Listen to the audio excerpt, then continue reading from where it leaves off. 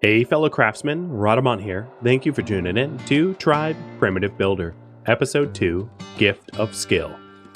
So now I have everything I need for the sacrifice.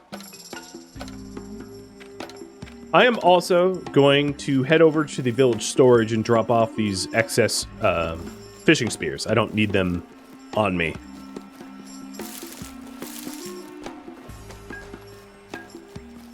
So I can either drop off the fishing spears at the fishing hut or into storage. The fishing hut was set up to use the village storage. So the storage here, as you can see, it's starting to stockpile fish. I can put in the excess spears, and the fishermen, because they're bound to that village storage, will use those spears. That way, if you have a toolmaker making spears or hammers or knives or axes, you can supply people that use that stuff. So now if I check the fishing hut, it has a total of 7 spears available. Whereas previously I had only put the 1 in. I just put 6 more. So they're automatically reflected here. And then also it shows that the fishing hut has produced 5 fish, which is in the storage. Oh, before I go to the ritual, I'm going to want a little water. Water. Is it possible to automate giving peanuts to Yoda? Probably, because apparently I didn't... Oh, you know what? I didn't hear the alert for that because my alert tool is offline. Let me reboot it.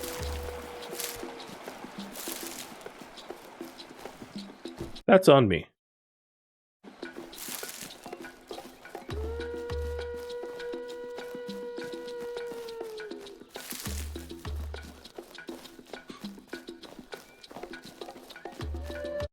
Also, I think the Yoda cam. Yeah, it's back on now. Is there combat aside from hunting? Sorry, again, my alert tool was off, so I didn't hear the alerts about, people asking questions. There is not combat aside from hunting. It's a very family-friendly game, as far as I know. I've gotten pretty far in the game, so I could be wrong. Oh, you know what? No. I think that that is wrong. I haven't gotten there, but there is a sacrifice tree called Danger. So one might assume that Danger is combat. I'm not sure. I haven't made it that far. Yoda, no one needs to see your butt, dude. Can you turn around?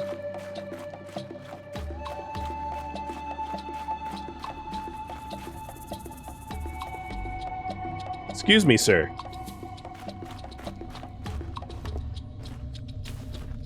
This isn't only fannies. Alright, here's the gift of food. And now I can make a cook's hut. Nah, he wasn't looking for a peanut. Alright, so let's pin the cooking hut. So food. Oh, it's... Yeah, there we go. Cook's hut. So 43 bamboo, 42 wood, and another bamboo totem. So really it's 53 bamboo total. And we'll get that going. So Juka, thank you for the resub. How's the new game? You know, it's really a lot of fun.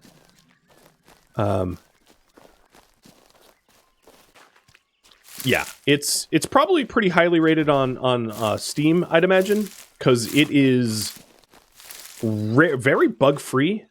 And quite a lot of fun. There's kind of like, Raft or something like that. There's not a ton of replay value. But the story is pretty long. I don't know how long to beat would be, because I haven't beaten it yet. But each chapter seems to be about 10 or so hours.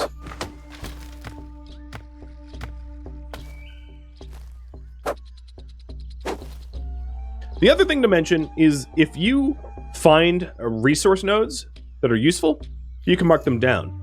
So if I am like, oh yeah, I found a lot of good bamboo here, I can mark down the spot that I found bamboo in order to set up a woodcutter's hut here later. So if there's ever, and I reopen the map and I can see you know, I'll add it to the world and to the compass. And then my little bamboo, as you can see here, my little bamboo marker is permanent. That way, if you find like a sought after resource node, you can just mark it down for later and you can come back to it. Obviously, bamboo is pretty common, so I don't really need to do that for bamboo. But certain resources are a little bit less common, like herbs, for instance. So if you ever have like a shaman's hut and you're like, oh man, I don't know where herbs are, it helps. So I wanted 53 bamboo.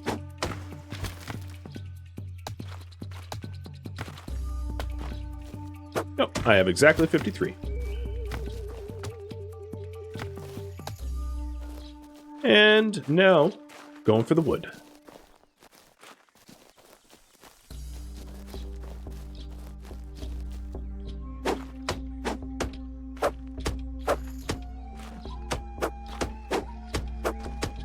Cutting kind of as low as you can is best to collect wood, so you don't like ruin what you're trying to collect.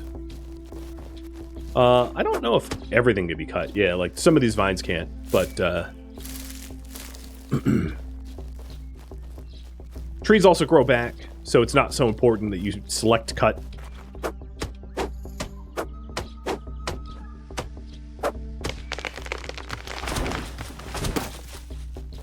And these tiny little palms don't have a lot of wood in them, do they?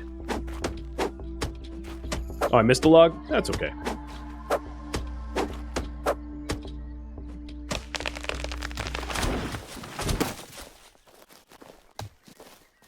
I like cutting down trees. Oh, hi, extra log.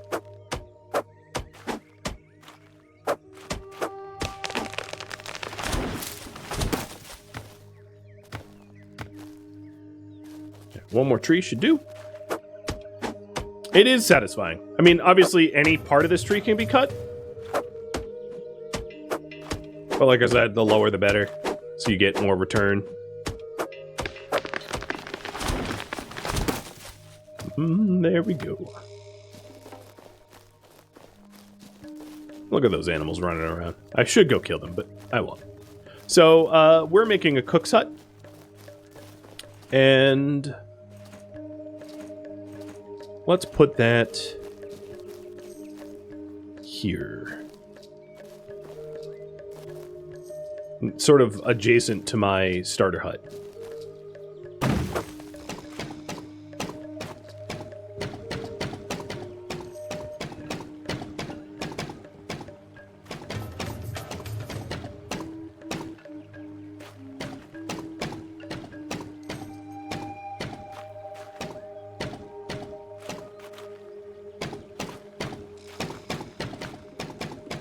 I really like the design of this cook hut.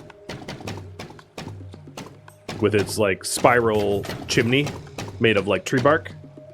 I mean, one could imagine it's rather flammable, but still, I really like the design anyway.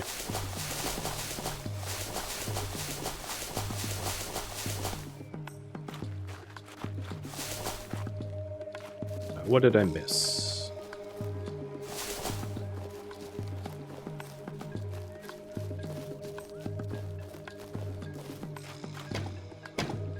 And the last piece is the bamboo totem that I need to craft. And the totem is sort of like how to assign work. You do get eventually access to better totems: wood totem, clay totem, obsidian totem, stone totem, which will increase work efficiencies. But there we go. We have done the food ration quest. And before I return to the Elder, I want to make a few extra crude knives, because cooks require crude knives. So I already know it in advance. I'm going to require them.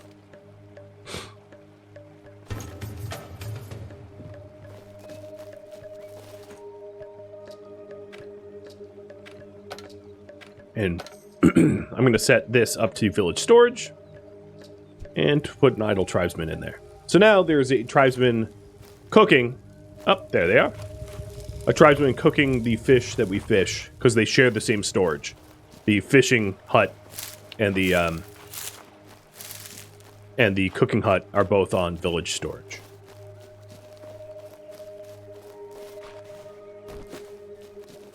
You know, before I go talk to the elder, my character's pretty tired.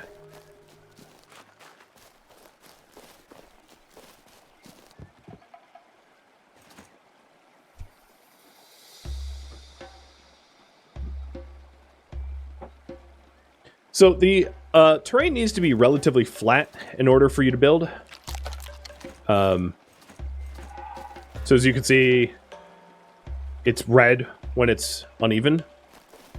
So it doesn't need to be perfectly flat, because most of these structures have like stilts underneath, as you can see, which offer a little bit of elevation variability. But for the most part, you need to build in flat-ish areas.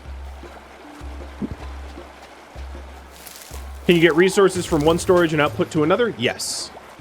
Yeah. And you can have different storages share resources through a mechanic that's unlocked later on called marketplaces. That way, if you have one region that produces, let's say, divine sand, and another region that produces bone, you can send the divine sand and the bone to one central area, to like a trade hub.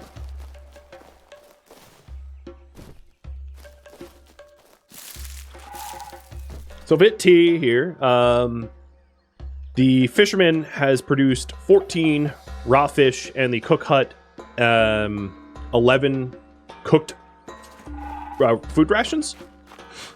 Which, in other words, as long as they're supplied with tools, I don't actually need to do my own fishing or hunting, because here in the village storage you can see the fish and the food rations are available for me to withdraw from. The knives I put directly into the cook's shack, which is why they're not seen in storage. And the fisherman that I have employed has not fully used the first spear that I gave. But, you know, they'll get there. They'll use it up. Well, I took care of food. Good. Now just remember, the tribe needs to eat. I will watch them closely so they don't eat more than one ration a day, but you need to bring food so the tribe focuses on work and doesn't start to wander. One more thing, fellow exile. As the tribe grows, you cannot carry all the resources yourself. Already takes a lot of my time. Indeed. I think it is time that you appoint our first carrier. You can use the village storage under the bellfires. How will the carriers know?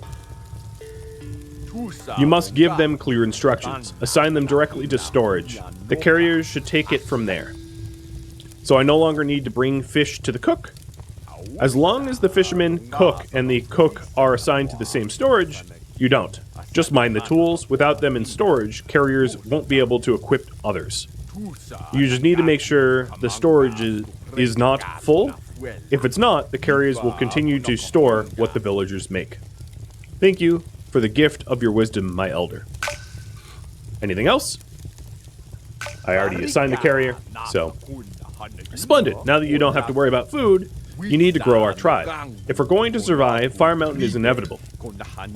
God's willing, we can build the grand boat of your vision and survive. Talk to our scout. He will help you find exiles on the island. More exiles on the island. So this is about village storage, as I've already explained. And each carrier allows you to assign up to 3 huts. So the storage that we gain access to initially only has up to 2 carriers, which means they can only control up to 6 huts. 6 different places to withdraw from. There is storages that you're able to make yourself later on. Storage huts, which allow for a greater amount of carriers. Polar the Storm, thank you for the resub. Alright, so let's go talk to the scout to be able to find additional tribes members.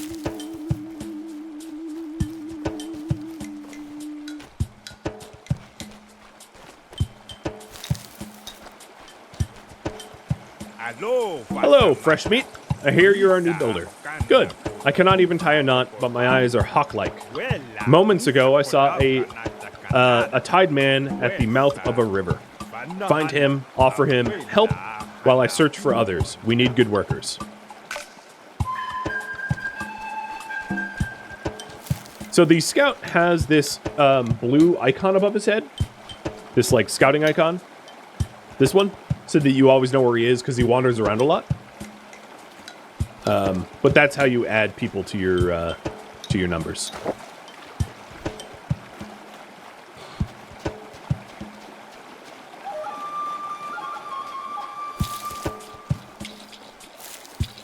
And while I'm down here, I might as well break down this structure for resources. Another hammer, bamboo, wood.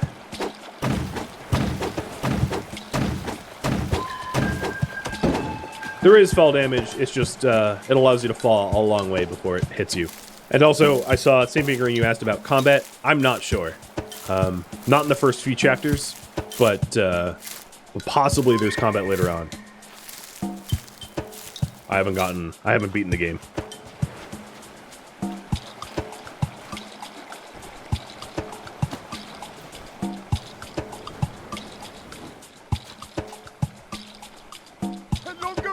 Help me! Be calm, I will. Not for free! You may have a chance with our tribe, but only if you're willing to work hard. Find our elder in the cave by the village. And they say thank you. So, tribesmen will only work if they have assigned places to sleep. So I need to build sleeping huts to house them. So in the top right here, you can see that I have 5 people and only 4 sleeping places. Which means that building a sleeping hut will be obviously the next thing I do, but I'm going to talk to the scout first, because the scout is going to kind of tell me to do that.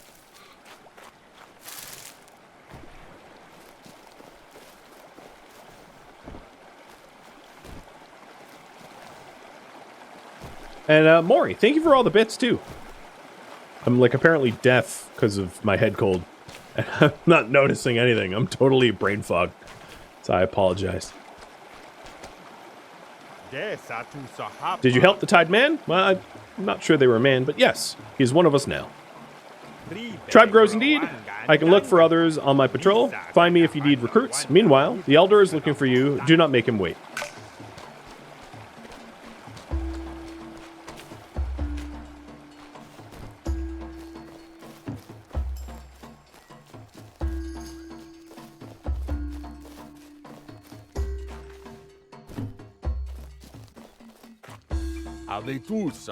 Have you spoken to our scout yet?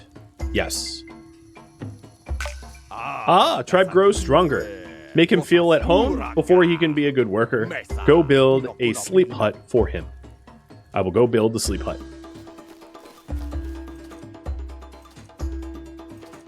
So I just pinned the sleep hut. It's relatively cheap. So I already have all the materials. And I'm going to build the sleep hut actually right here in this area. So that the sleep hut is near where the central, tribe gathering area is.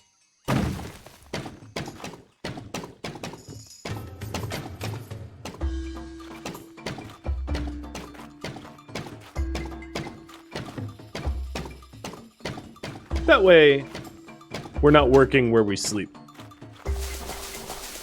It doesn't matter. It's just role-playing. But there's a little strategy to it, too. Because if all of your workplaces are in the same spot, it's a little bit easier to manage the supply and demand of the workspaces. But if you add sleeping facilities in where the workplaces are, it uses up precious acreage for sleeping, which sleeping spots aren't managed. So now we have 5 people and a total of 7 sleeping places, because this here has 3 sleeping places, and if you're wondering, you also can sleep in these huts. So if you ever need to sleep and you're not near your own workshop, you can just doze off in the hut. It's fine.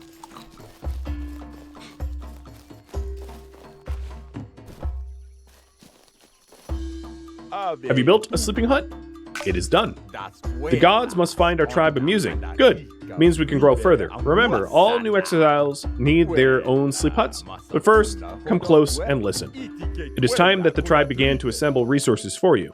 What do you have in mind? Perform a ritual to make sure we don't anger the gods, then you must build a gatherer's hut.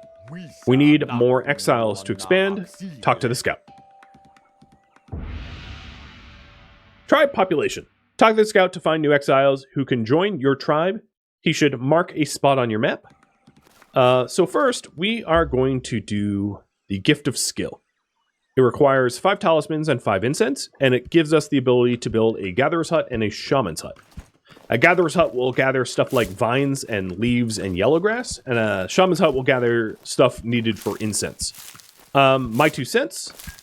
Shaman hut, not so much needed, because the only thing the shaman hut will gather that the gatherers won't is herbs, and you can just do that yourself as the player relatively easily.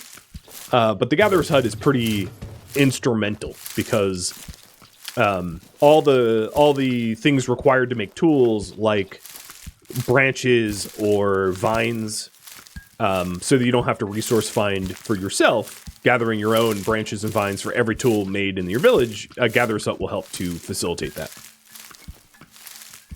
So gatherer's hut's primarily in order to make sure that you have a steady supply of tools for your people. It does other things as well, building materials and the like. But I'm just doing some hand gathering in preparation for the incense and talismans I need. So incense is yellow grass, which I was just gathering, and herbs. And talismans are vines and branches, and I was just gathering branches as well. So I have 24 branches. I'll probably need more branches than that, though. So let's see how many I can make with what I already have.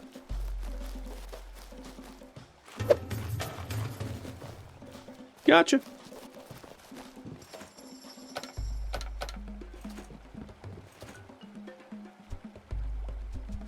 Oh, good. I have enough for the 5 incense already.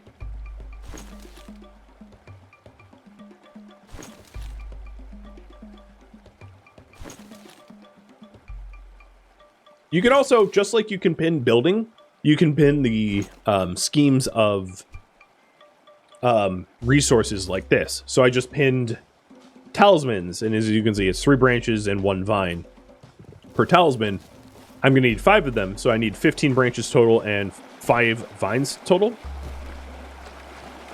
So knowing that, I'll just grab some vines. Pretty much every recipe can be pinned. It won't necessarily do the math for you. So, like, I need 5 talismans for this, so that means I need, to do the math, and I'm going to get some extra vines, because vines are also useful for, like, tool making and the like. Vines typically grow in caves or under rock overhangs. And then branches are usually on, like, dried shrubland. Yellow grass is sort of the in-between between grasslands and dried shrubland. Herbs is in the open green fields. There's sort of like a biome for everything, which you get used to when you're resource finding. And then bluestone is usually in mountainous areas or in caves. So, for instance, I know I'm going to require more bluestone for more tools, because I used up all my bluestone making the last of the knives. So when I'm in the altar room, or I should collect bluestone, take the time to collect bluestone, because I'm very low on it.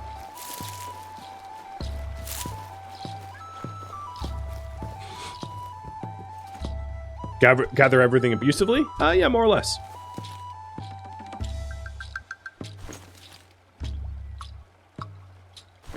However, it grows back really quickly, unlike Valheim, where, like, if you clear-cut a forest in Valheim, you have no forest. Here, you clear-cut a forest, it comes back.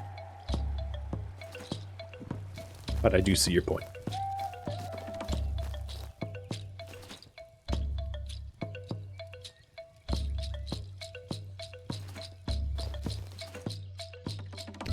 So let's go ahead and do the Gift of Skill at the altar.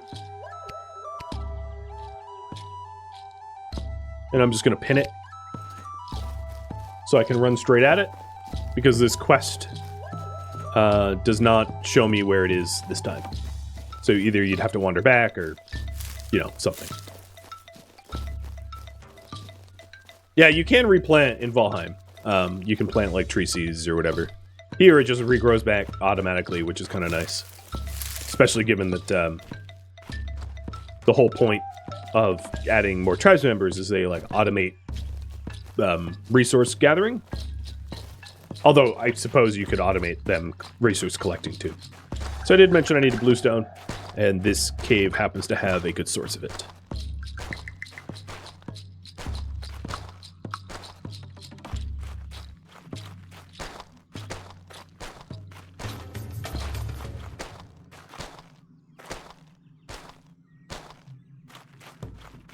The other part of the quest on the top left is grow my population to 8, but I only have housing for 7. So I'm also going to need to build another sleep hut in order to accommodate all 8 people.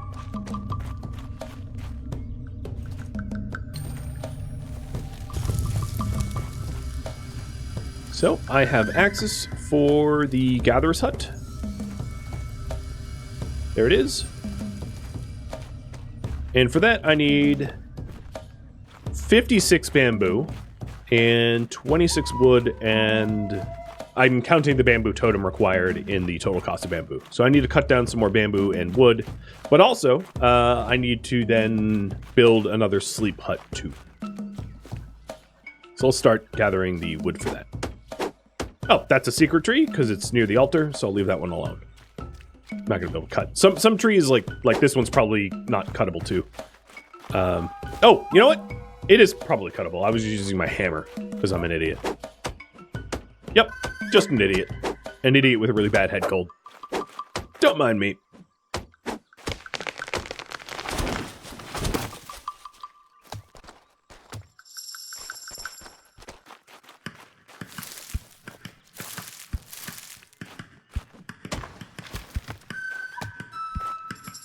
Reminds you a little bit of Medieval Dynasty? Yeah, a little bit, actually. I haven't played a lot of Medieval Dynasty, only like maybe a few hours here or there, just checking it out. But yeah, it has that feel.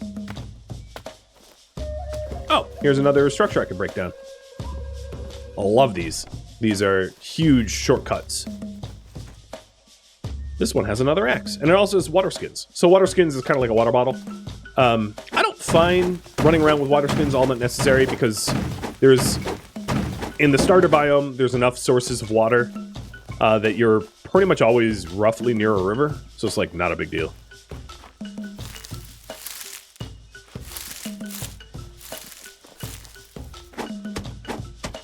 Nope, wrong tool.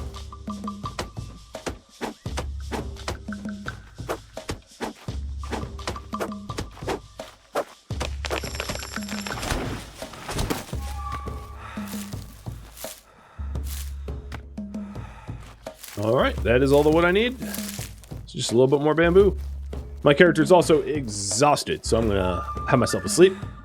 Checking up on the village resources, they still have plenty of tools. Because that's one of the things you need to manage is, like, before you go to sleep, because sleep... like, right now, it's midday, which means the gatherers in the tribe are going to continue to use their tools. So, like, while I slept, they actually used up another knife. So before you sleep, definitely check if you're short on anything, because if you're short on anything, you should supply it, so that while you're sleeping, the tribe's people are actually being productive.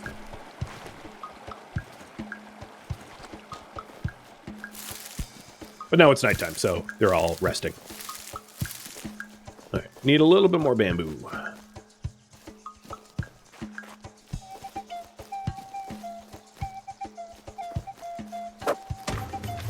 What happens if I run out of food or water?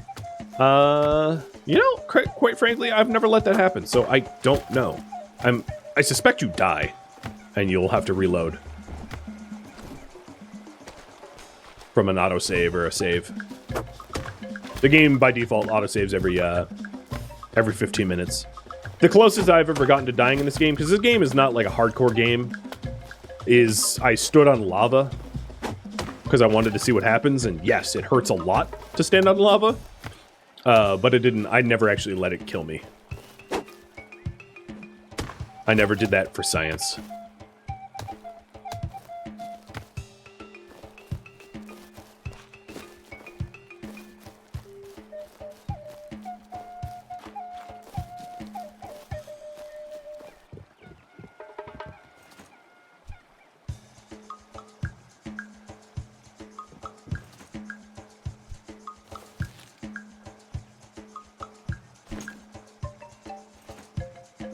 Okay. So a gatherer's hut. So the different things that gatherers can gather is here. I will note that mushrooms and divine sand are not in this biome. So divine sand is in the sandland, and then mushrooms are in the stone land. So those are never going to be collectible from gatherers in your initial zone. In order to facilitate, I would say the best thing to do for your initial gatherer's hut is to either collect vines or bluestone, because vines and bluestone are what is primarily needed for tools. Branches as well, but less so. And branches are a woodcutter thing to collect anyway, so your gatherers aren't going to be able to collect branches. So what would be ideal is if you scout around and try to find a spot that has a decent collection rate of both vines and bluestone. It doesn't need to be 100%. I highly doubt you're going to find somewhere that's 100% for both, but somewhere in the 80s. So like this spot here is relatively efficient for both vines and bluestone, and also big leaves and yellow grass. It has a little bit of everything except for herbs, and herbs is not something that that you're going to need a ton of for large-scale production. The things you need most is probably wood-based stuff. So I'm going to put the gatherer here. This has pretty much everything roughly equal, which means it's going to be able to collect all of what I need at roughly the same rate. Hellmantle, thank you for the sub. Another thing you can do is you can name your gatherers if you have very task-specific gatherers. So if you have a gatherer that's like really good for stone and nothing else, just name it Stone Gatherer once you've built it. And that way you know exactly what it is efficient for. And I will show you how to measure that in case you don't name them ahead of time, because once you have people employed there's an efficiency rating in the collection that you can see. Also, just like for role-playing sake, I tend to try to avoid building my things on roads, because your tribe's members will often use roads.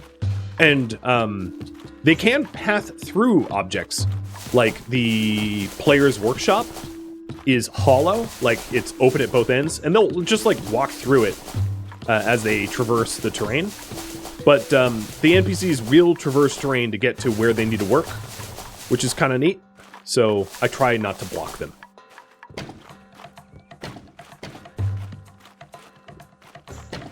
All right, there's the gatherer's hut. So if we switch production here, well, I'll need to put a knife in here first. I only have my dinky knife that's about to fall apart.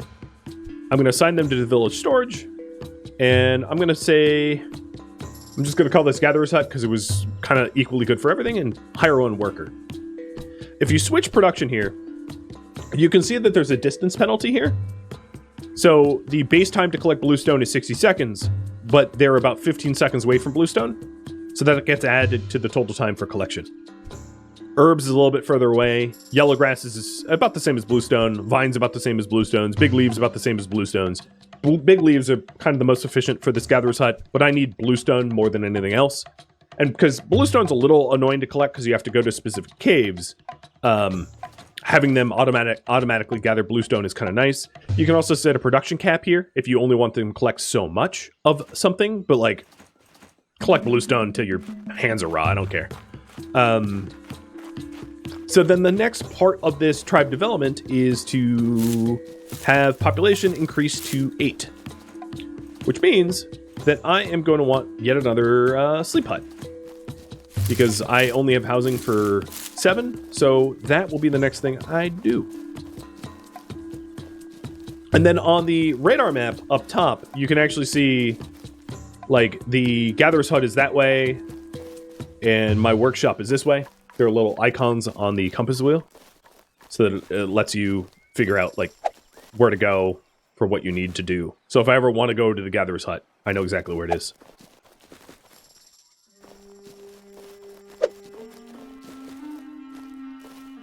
I'm gonna get you. No, I'm not. There we go. Can't escape my wrath.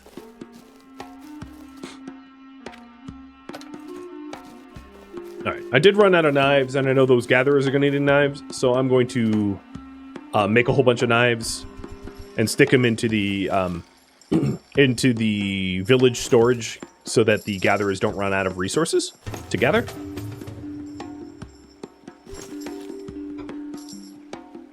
Sapient, thank you for the bits. And Siddhartha Gaia, thank you for the resub too.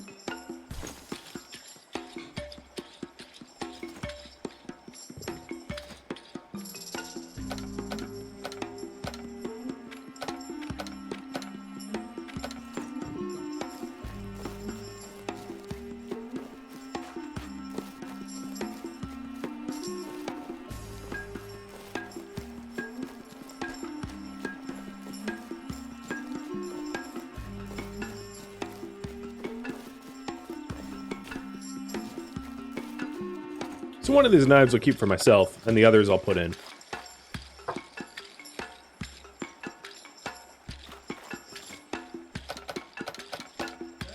So you can see the amount of tools that we have. I'm also going to eat the meat that's in there.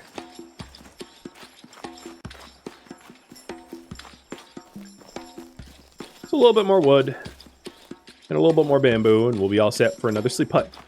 And then we'll talk to the scout to ask if he's seen any fires nearby so that we can add to our population so I can have more gatherers.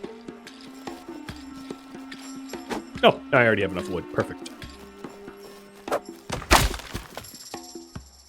You enjoy the new aerodynamic hairstyle? Well, thank you.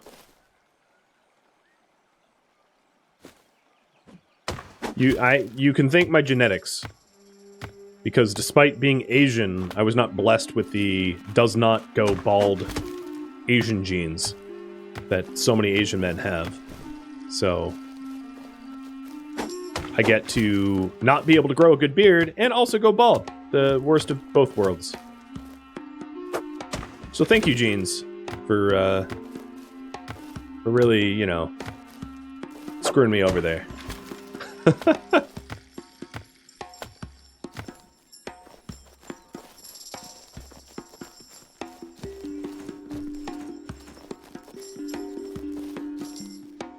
Come on, turn blue. Yeah, there we go.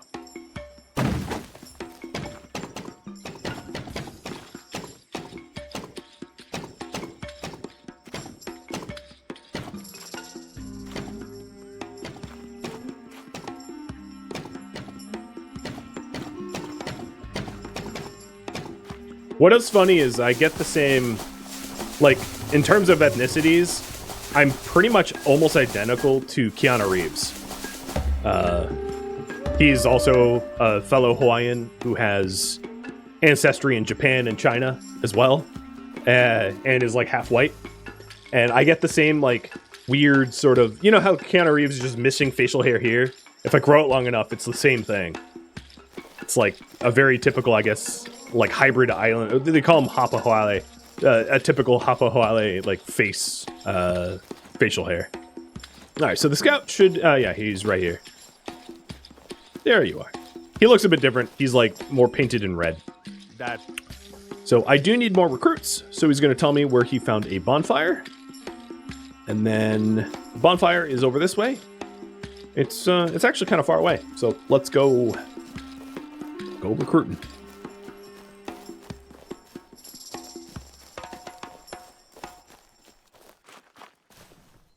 Yeah, maybe these tribe members, I mean, obviously this is like a work of perfect fantasy, but they do live on an island, a volcanic island, and they are seafaring. So maybe this is supposed to be somewhat like Polynesian or something. I have no idea.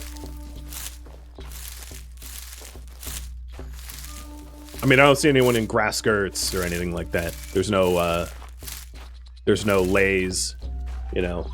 So I don't think this is Hawaii. Something like it. The Moana origin story? Yeah, this is oddly like a bit like Moana, I suppose. Moana being sort of like vaguely Polynesian, but not specifically to any one Polynesian island or nation. Thank you for tuning in to Tribe Primitive Builder, which originally streamed live on Twitch October 17th. If you have any feedback or questions for me, let me know in the comments below. If you'd like to catch a live stream of mine, Rhadamant.com has my stream schedule and countdown timers to upcoming streams. If you would like to join my online gaming community on Discord, Rhadamant.com also has a link to Discord, as does the description of this video. Thank you so very much for watching, and a special thank you to my Patreon patrons, Twitch subscribers, and viewers like you that support the channel and made it all the way to the credits. Thank you so very much. I hope to catch you in next episode or an upcoming stream. Farewell, my fellow tribespeople.